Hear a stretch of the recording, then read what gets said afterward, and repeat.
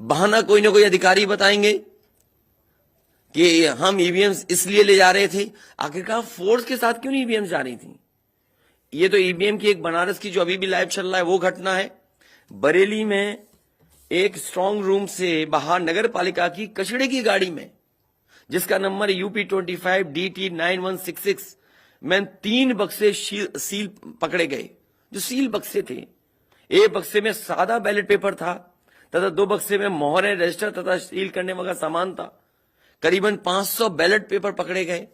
इसी तरह सोनभद्र का है कि सोनभद्र में भी बड़े पैमाने पे चीजें पकड़ी गई। वो भी लोग समझ में आ गया तो उन्होंने देखा, एसडीएम को रोका। एसडीएम घोरावल जनपद सोनभद्र में खाली मत पर अपनी गाड़ी से पॉलिटेक्निक कॉलेज ले जाते हुए पकड़े गए। क्या सफाई देगी सरकार?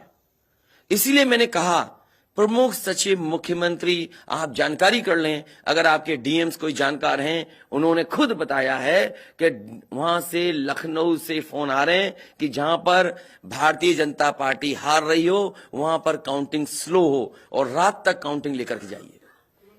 तो मैंने आपसे कहा कि ये लोकतंत्र का आखिरी चुनाव है। इसके बाद तो जिस तरीके से आजादी के लिए लड़ाई लड़ी गई थी उसी तरह की हमें और आपको क्रांति करनी पड़ेगी।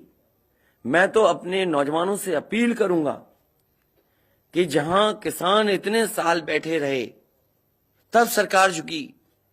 कम से कम 3 दिन लोकतंत्र के अखंड प्रहरी बनकर के ईवीएम्स को बचाएं और चुनाव को बचाएं।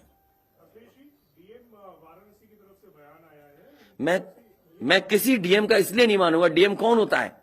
अगर प्रमुख सचिव मुख्यमंत्री फोन करेगा, डीएम क्या कर सकता है? डीएम की क्या हैसियत है? ये फिर जो प्रत्याशी लड़ने रहे थे उनको आखिरकार डीएम ने क्यों नहीं बताया? डीएम अगर ये जवाब दे रहा है तो उस डीएम से पूछिए कि डीएम ये बताओ कि तुमने जो प्रत्याशी चुनाव लड़े थे उसके बारे में क्यों नहीं बताया उन प्रत्याशियों को? ये डीएम आखिरकार किसके नीचे काम कर रहे हैं?